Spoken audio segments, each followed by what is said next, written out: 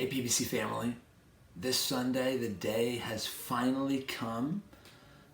Over 3 years after we first began talking about elders leading in the life of the church, this Sunday is finally the day when we will, as a church, we will vote on whether or not we believe this is right for us as a congregation to be an elder-led church, and also we'll vote on 3 men, Lord willing, that have been presented to you as potential elders, men to come alongside me as shepherd leaders of the flock at Pocosin Baptist Church.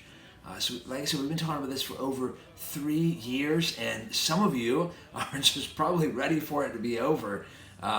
And so I'm just grateful for you and your patience as we've walked through this journey together.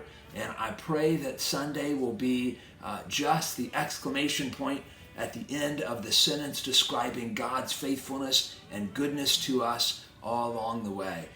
So to prepare our hearts for this, what I want to do this Sunday morning is take a break from the book of Acts together, and I want to look at where it all started 3 years ago. I first began to teach you on the issue of elders in the book of Titus. So in Titus 1, verse 5, the Apostle Paul says to a young man, one of his disciples, a guy named Titus, he says, "This is why I left you in Crete, to put what remains into order, to straighten up what remains, and to appoint elders in every town, just as I directed you."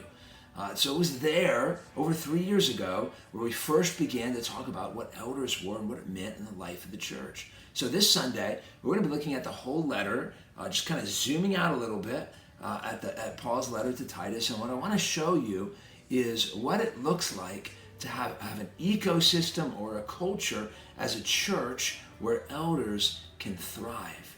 And so I want to encourage you on Sunday. I want to show you by God's grace how these things have been true at PBC, and I want to encourage us to continue to maintain this sort of ecosystem, this sort of culture where biblical church leadership can thrive in the life of the local church. So I want to encourage you to gather expecting to hear from God and His Word. I want to encourage you to come prayerfully and ready to vote on the issue of our new constitution and the 3 men that we're presenting to you as potential elders, and one is a deacon of finance. So all these things should be a moment of celebration in the life of the church. Really, no matter how the votes are tallied at the end of the day, we can rejoice that our God has been faithful the past 3 years, and He has maintained by His Spirit just a culture of unity and joy among His people at PBC. And so I just hope that this Sunday is a celebration and that we can rejoice together. I hope that you'll be with us, PBC member. I hope that you will prioritize being a part of this service, and I hope that you will leave encouraged and blessed, rejoicing in what God has done in our midst. All right, look forward to seeing you Sunday. God bless.